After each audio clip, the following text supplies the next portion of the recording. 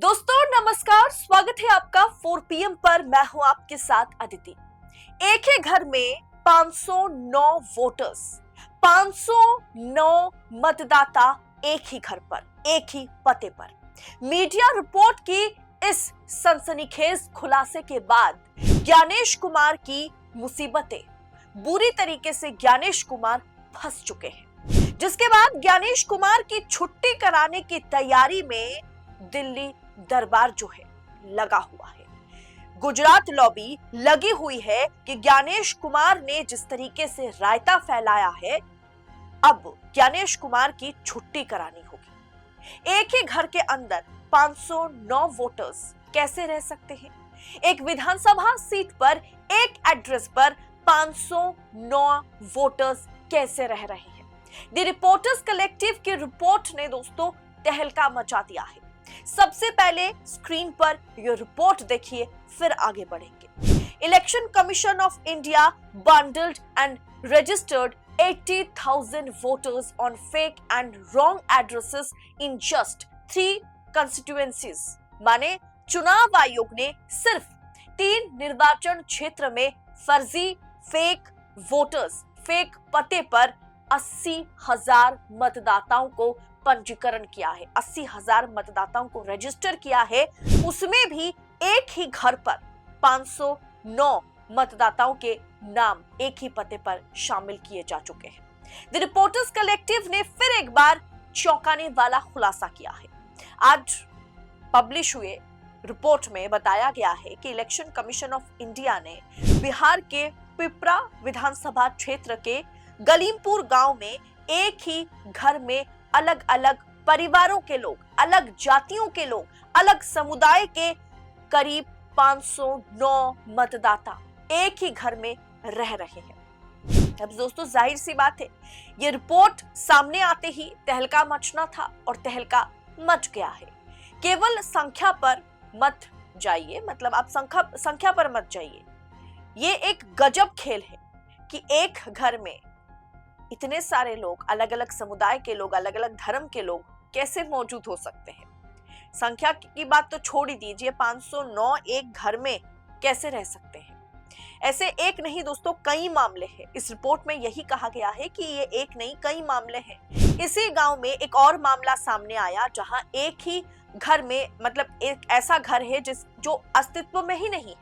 वहां भी चुनाव आयोग ने पिपरा निर्वाचन क्षेत्र में 459 लोगों को मतदाताओं के रूप में रजिस्टर किया है। रिपोर्टर्स कलेक्टिव का ये रिपोर्ट जो है एक तरीके से एक्सप्लोसिव है, विस्फोटक है।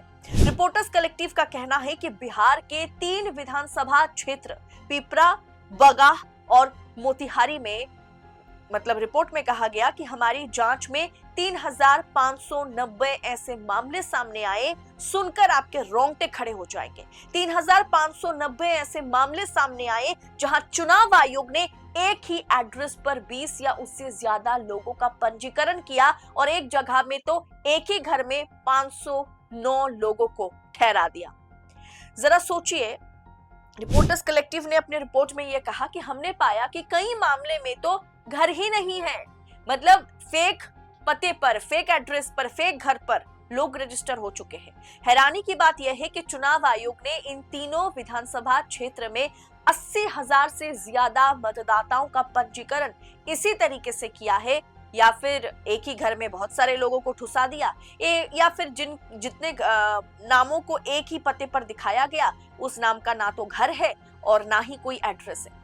रिपोर्टर आयुषी कर, विष्णु नारायण, ये दोनों रिपोर्टर्स की सम्मिलित रिपोर्ट है। दोनों ने मिलकर के इस रिपोर्ट को बनाया है और वाकई इस रिपोर्ट की सराहना की जानी चाहिए। उनका कहना है कि हमें तीनों निर्वाचन क्षेत्र में कई ऐसे मामले मिले जो और भी बदतर थे।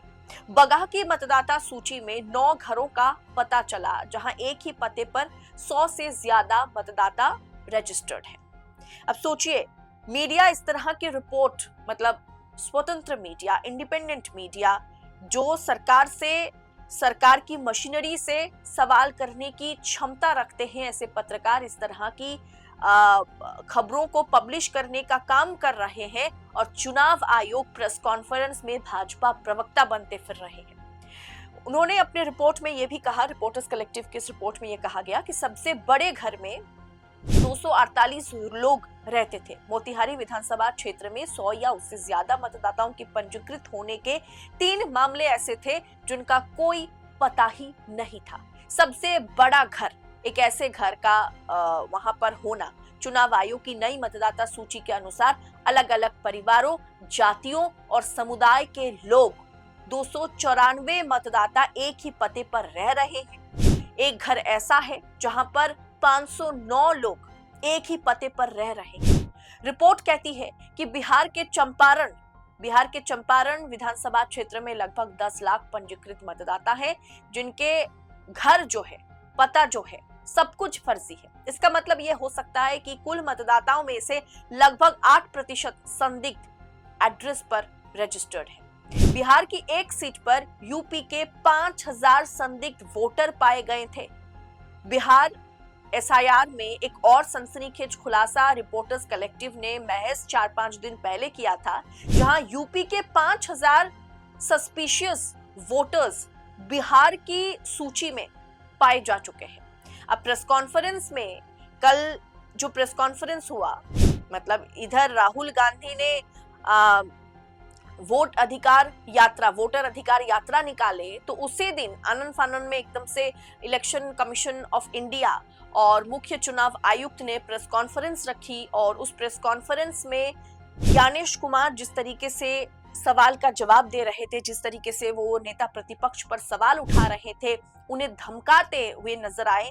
देखकर लोग यही सवाल पूछ रहे थे कि ये मुख्य चुनाव आयुक्त है या फिर भाजपा पार्टी के प्रवक्ता हैं, भारतीय जनता पार्टी के प्रवक्ता हैं। अब इतना रायता फैल गया है दोस्तों, अंदर खाने से बड़े बड़े पत्रकार ये दावा कर रहे हैं। अभी मैंने कुछ देर पहले एक बड़े पत्रकार की रिपोर्ट पढ़ रही थी, देख रही थी। उन्होंने बकायदा ट्विटर में, बकायदा यूट्यूब पर उन्होंने वीडियो भी बनाया है कि ज्ञानेश कुमार, एसआईआर और चुनाव आयोग, ये सारा मुद्दा मिलाकर के ज्ञानेश कुमार ने जो रायता फैलाया है, इस रायता को संभालना, समेटना मोदी शाह के लिए मुश्किल हो गया है। अब ऐसे में मुद्दे से अगर बचना है, इस पूरे मुद्दे को समेटना है, रायता अगर समेटना है, रायता की सफाई करनी है, तो सबसे पहले ज्ञानेश कुमार की छुट्टी होगी। जी हाँ, ज्ञानेश कुमार की छुट्टी कराने की प्लानिंग जो है वो गुजरात लॉबी कर रही है। दिल्ली दरबार में तैयारियां शुरू हो गई है कि ज्ञानेश कुमार की अब छुट्टी कराया जाएगा।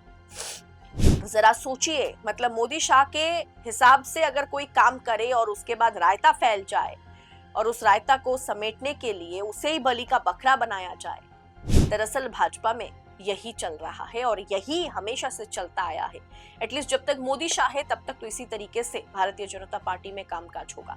फिलहाल रिपोर्टर्स कलेक्टिव की इस विस्फोटक रिपोर्ट पर आपकी राय क्या है, कमेंट बॉक्स में वो हमें जरूर बताइएगा। ऐसी तमाम खबरों को यूं ही पड़ताल के साथ पाने के लिए 4PM न्यूज नेटवर्क के साथ बने रहें।